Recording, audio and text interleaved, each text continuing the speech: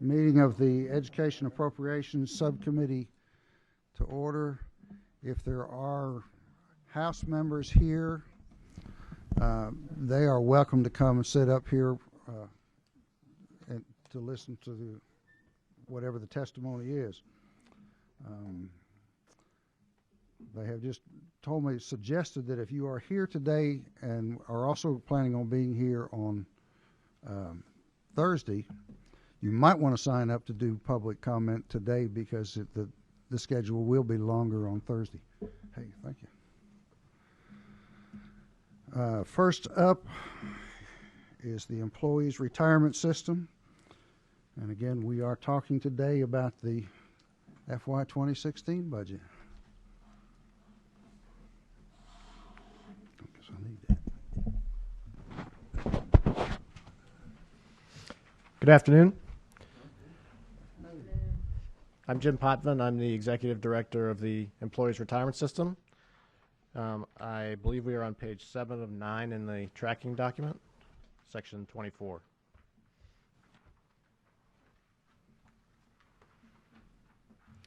So we have 4 main programs that we have listed here. The first is the Deferred Compensation Program. That is the state's Peach State Reserves or the 401k and 457 plans. Because of the latest tier in the retirement program, what we call the GSEPS tier, this is the tier that has both a defined benefit and a defined contribution component. The GSEPS portion of the employee population is increasing every year, and therefore the number of accounts that are being managed and administered within the program is increasing every year. So we expect and are seeing growth in the total number of accounts, and therefore the fees which are paid on a per participant basis.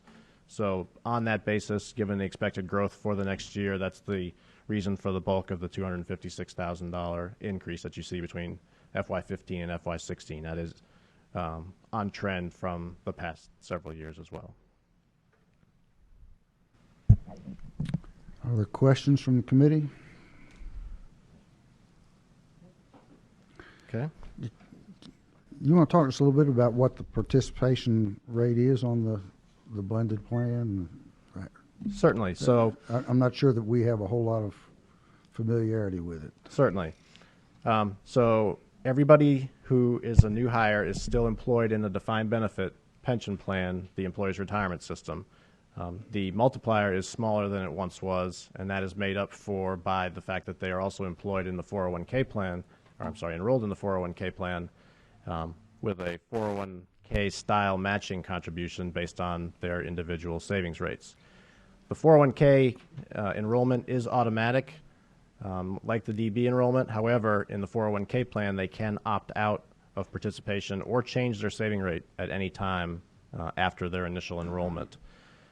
Having said that, we're finding that about 92% of our new hires are staying in and continuing to contribute to the 401k plan, which is considered a pretty good number. And most of them, the vast majority of them, are staying at the default contribution rate, which we raised to 5% via legislation in the last General Assembly session. 5% is the rate at which you can receive the maximum employer match from the state.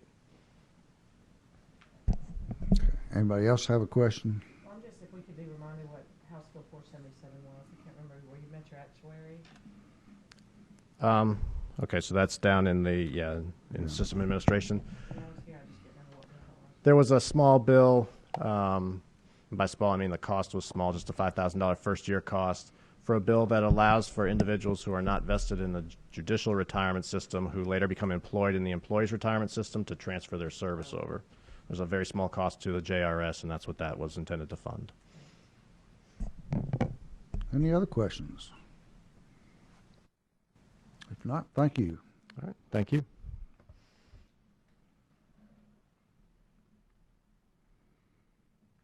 You're up. Teachers' retirement system. Haven't gotten many emails about ERS, but TRS is a little different. I'm going to go back and sit down after that comment, I think. Good afternoon. I'm Jeff Ezel, the Executive Director of the Teachers Retirement System.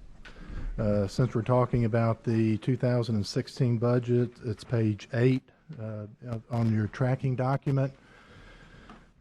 And the only meaningful change on here is in the state funds, and it's a reduction of $95,000. That's the only direct state appropriation TRS receives. And it's to make payments to individuals who retired under the old local retirement plans of Atlanta, Rome, Chatham, and Fulton County. And it's for individuals. These are very old individuals. 90% of them are over 80 years old, and it's to supplement the retirement that they received from the old local retirement system. And that's really the only change in the budget, and again, it is a reduction of state funding.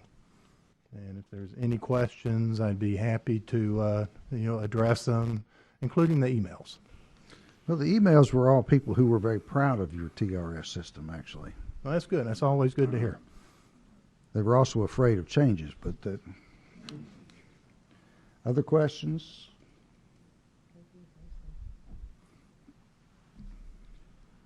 Well, we're going to be out of here in a hurry. Very good. Thank you. Thank you. Y'all have a good afternoon.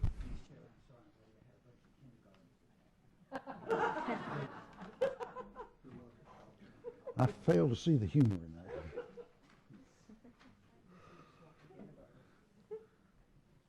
that. Okay, professional standards.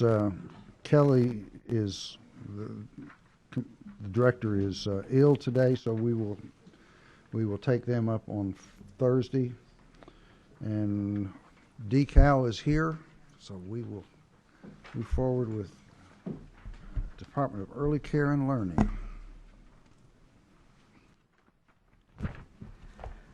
Good afternoon. We start on page 1, section 21. Our first program is 21.1, which is child care services, and those 3 changes reflect all of the statewide changes for the employees' retirement system, their merit-based pay increase, and then the adjustments for DOAS self-insurance programs. And going down to our pre-kindergarten program, where the majority of the changes are, section 21.3. Again, those first 5 changes are the statewide changes for employees and teachers' retirement system, the pay adjustment, and the DOAS and teamwork billing adjustments. And I will say on 21.3.3, which is the merit-based pay adjustment, for this year, we deliver that as a 1% across the board for all pre-K teachers and assistant teachers. And we'll do the same if this passes. We'll do a 1% for those teachers. Public and private? Yes, sir. The next item is 21.3.6. It's an increase of just over $3 million to restore 2 teacher planning days. So that would increase it from 8 planning days to 10 planning days. And this is just getting us back to the pre-cut days from 2011. We were originally funded at 10 planning days. It will also equate to a little over 1% pay increase for teachers and assistant teachers. And then the final item is 21.3.7. It's an addition of $1.4 million, which would allow funds for 60 additional classes for our summer transition program. Our summer transition program, we offer 2 models. One is a rising kindergarten program, and it's a 6-week program that we offer to low-income students who have either been in the pre-K program, a Head Start program, or have not had pre-K at all and need just a little intensive 6-week program based on literacy and math to get them ready for kindergarten. We also offer a rising pre-K program, which is for low-income Spanish-speaking students. And those students receive, again, a 6-week program based in trying to get them ready for pre-K. Part of our quality study showed us that students that come from Spanish-speaking homes are a little bit behind and not as prepared as those students coming from English-speaking homes when they enter pre-K. So this just gives them a little 6-week boost to prepare for pre-K. How is that distributed around the state? That's a relatively small number when you look at a statewide It is small, agency. and we began the Rising Pre-K program in 2013. And in last year, so the summer of 2014, we had about 20 classes, so that serves right over 200 students. It's a growing program, so it's not statewide yet. That's why we were happy to see the recommendation for additional lottery funds. Questions? Yes. Just to use the microphone so that they can. From within this budget, are there any additional pre-K spots being added? No, sir, we're still funded at 84,000 pre-K slots. Okay. You want to talk just a little bit about, I mean, you and I have had conversations about, there is a waiting list, but there's also almost an equal number of slots that are unfilled, and some people don't understand Right. how that happens. Absolutely. So we are funded at 84,000 pre-K slots. Currently, we have a fill rate of about 96%. So that's around 80,000 that are filled with actual students and seats. But we also have, on the other end of the spectrum, a waiting list of 4,700 students. And that is really based on capacity. I think we will always have a waiting list. I don't think it should be 4,700. Our goal is to serve as many students that want Georgia Pre-K to have Georgia Pre-K, but right now we've got to look at building capacity both in the public schools and in the private child care centers because it's just not out there right now. And we'll be looking at that with the Governor's Education Reform Commission and specifically his subcommittee on early education to try to build that capacity.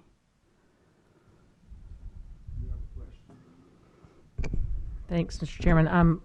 I think we hit on this a little bit in the last Appropriations Committee meeting, but I guess I'm wondering if there's a way for this committee to be of any help. Remember when we talked about traveling the state, and some of the superintendents said if there was a possibility for the adjacent districts to share Right. those. Are any of them doing that yet? Not yet, but Okay. I've talked to our Assistant Commissioner for Pre-K and specifically mentioned what you mentioned at the last Appropriations Committee meeting, so we can include that and really in our discussions as we award classes for the following school year. That's great. I mean, I Okay. think it's a great idea Yeah, because good. we need full classes so they get the full payment and can pay Right. their teachers. Thanks. How is the pattern of geographically of the vacancies? I don't have that off the top of my head. Ray, do you know? Yes. I will tell you that DeKalb County has the highest wait list of over 1,200. It's the higher population counties, Gwinnett, DeKalb, Cobb. But, we also have wait lists all over the state, but the largest is in DeKalb. Okay. 1,200, that's 25% of Right. the wait list. And we have had discussions with Superintendent Thurman and some of the county staff, the CEO, and they are very interested in expanding pre-K and getting some of more of their students in seats, but they have a capacity issue. So we're going to be working with them too about how they can build that capacity because we have the classes to give them. Okay. Any other questions? If not, we thank you for that. Thank you. Okay.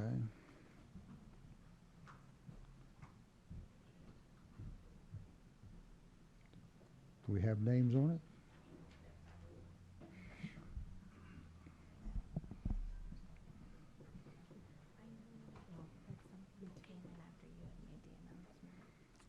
Okay.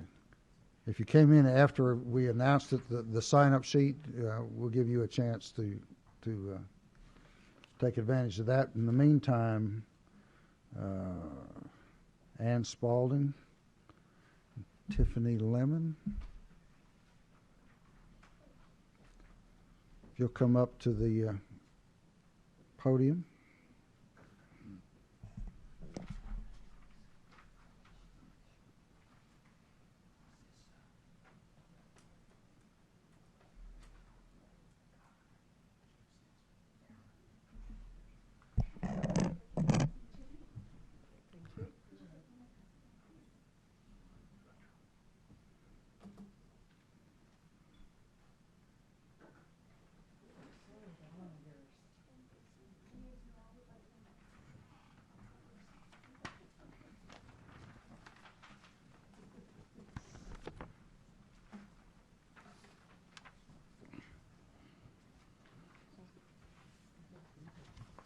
Well, good afternoon, everyone. I am Tiffany Lemon, and I'm with the Center for the Health of Incarcerated Persons at Emory University.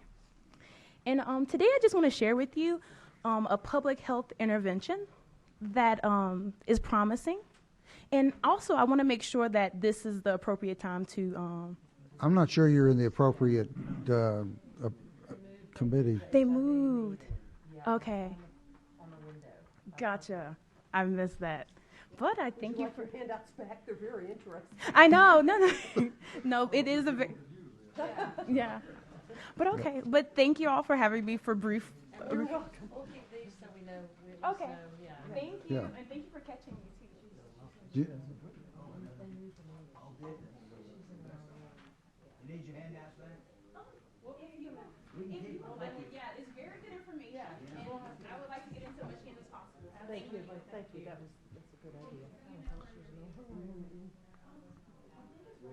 Okay, is Dr. Joyner here to speak to us, or does Dr. Joyner want to go to the other meeting also? Oh, that's so nice. Mr. McCluskey, you can be nice every now and then. Dr. Joyner? Signed up and left.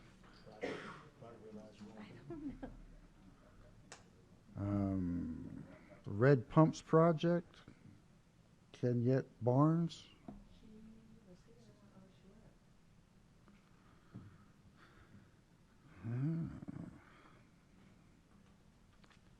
Okay, that's the end of the sign-up list. Is there anybody who wants to volunteer and come up and talk?